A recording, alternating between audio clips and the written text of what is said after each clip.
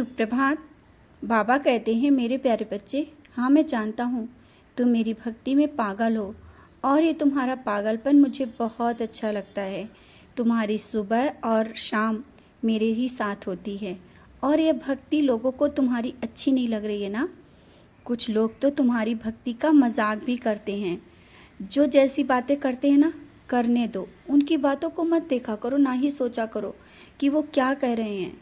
वो जो तुम कर रहे हो ना, उनके समझ से परे है और उनके लिए तुम स्वयं को बदलने की कोशिश मत करो, क्योंकि स्वयं को बदलने के लिए जो सोच रहे हो कि उनके अनुरूप चलें तो शायद वो खुश हो जाएं, तुम्हारी अच्छाइयाँ उन्हें दिखें।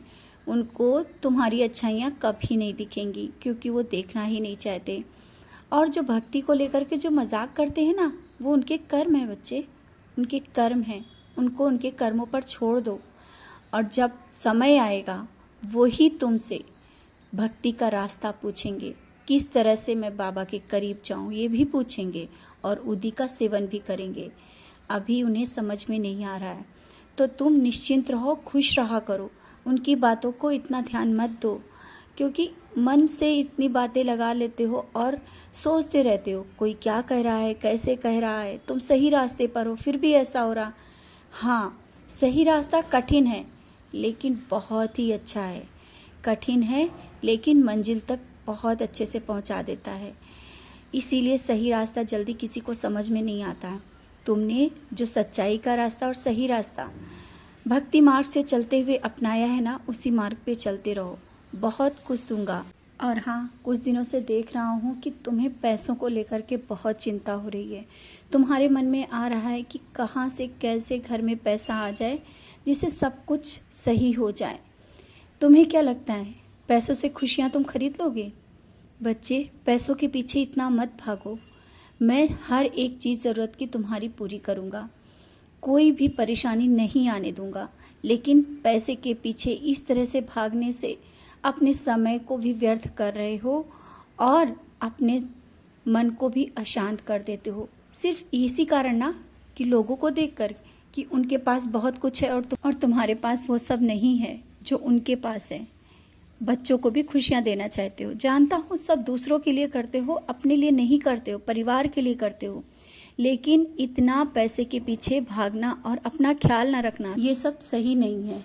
क्योंकि जितना जिन चीज़ों के पीछे भागोगे ना, वो उतना ही दूर जाएंगी। ये तुम जानते हो, रिश्ते हो या पैसा या कुछ भी हो, किसी चीज़ के पीछे इतना भागना अच्छा नहीं है।